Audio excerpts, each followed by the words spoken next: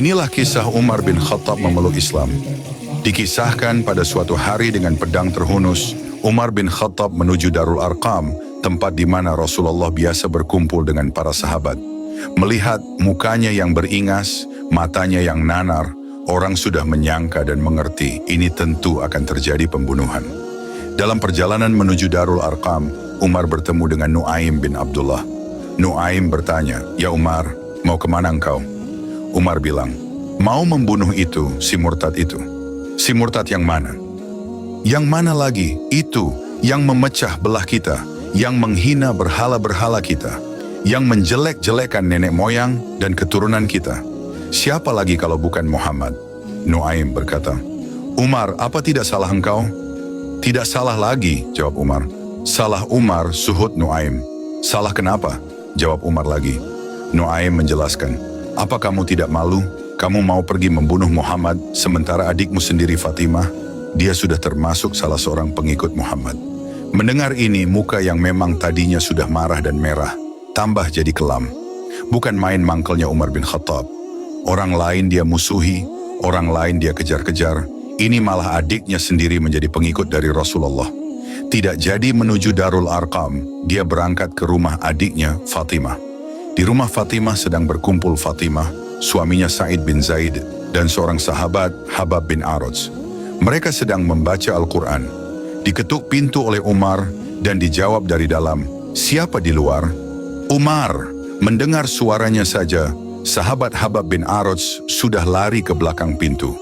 Adapun Fatimah yang sedang memegang suhuf, lembaran tulisan Al-Quran itu, menyembunyikan suhuf itu di belakang bajunya. Saat Umar masuk, tidak sengaja suhuf lembaran yang tersembunyi di belakang baju Fatimah tersembul. Umar pun bertanya, "Apa yang kau sembunyikan di balik bajumu itu?" Fatimah berkata, "Suhuf." "Apa suhuf itu?" "Lembaran Al-Quran."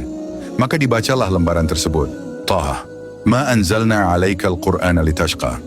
Tidaklah aku turunkan Al-Quran ini untuk bikin sukar manusia, melainkan merupakan pengingat bagi orang-orang yang takut kepada Allah. Innani anallahu la ilaha illa ana fa'budni wa aqimis salata lidhikri. Inna as-sa'ata atiyun akadu ukhfiha litujza kullu nafsin bima tas'a. Sesungguhnya akulah Allah, tidak ada Tuhan melainkan aku. Maka hendaknya hanya kepadakulah kamu menyembah. Dirikanlah salat untuk mengingat aku. Sesungguhnya kiamat itu pasti akan datang, yang sengaja waktunya tidak kami beritahukan kepada kamu semua, untuk kami balas segala setiap orang tentang apa saja yang telah mereka lakukan dalam kehidupan dunia ini. Setelah membaca ayat ini gemetar tangannya. Dalam hati Umar ini tidak main-main. Belum pernah saya mendengar ajaran yang semacam ini. Tidak patut orang yang mempunyai kitab suci semacam ini dimusuhi. Ini sesuatu yang benar.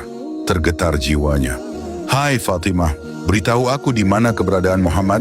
"Saya tidak akan memberitahu kamu." "Di mana?" kata Umar lagi. "Saya tidak akan memberitahu," kata Fatimah. "Lebih baik kamu bunuh saja aku kalau memang maksudmu mau mencelakakan Muhammad." "Sama sekali saya tidak akan mencelakakan dia, Fatimah. Kasih tahu saja di mana dia." "Darul Arqam," kata Fatimah. Bergegas Umar menuju Darul Arqam. Saat di dalam Darul Arqam, Nabi memang sedang kumpul dengan para sahabat. Termasuk ada Sayyidina Hamzah yang juga terkenal sebagai jawara juga. Diketuklah pintu. "Siapa di luar?" "Umar." Di dalam Darul Arqam ini gegar sebagian sahabat. Umar datang ini pasti sebagai bencana. Tapi Rasulullah menenangkan mereka, "Tenang, mudah-mudahan ada hikmahnya." Sayyidina Hamzah tampil, "Bukakan dia pintu. Kalau niatnya baik kita terima, kalau niatnya tidak baik, saya paling depan." Dibukakan pintu. Begitu dibukakan pintu, Umar masuk merangkul Rasulullah. Kemudian dengan tersendat, Umar berucap, "Asyhadu an la ilaha illallah wa asyhadu anna Muhammad Rasulullah." Saya bersaksi tidak ada Tuhan selain Allah, dan saya bersaksi engkau, wahai Muhammad, adalah utusan Allah. Semua sahabat takbir semua. Kegembiraan meliputi suasana ketika itu, karena sebelumnya dikala Umar belum masuk Islam, dia merupakan ganjalan yang paling dikhawatirkan oleh umat Islam. Setelah dia masuk Islam, jelas merupakan suatu keuntungan yang sangat besar, dan dia tertarik kepada Islam bukan karena bujuk rayu orang.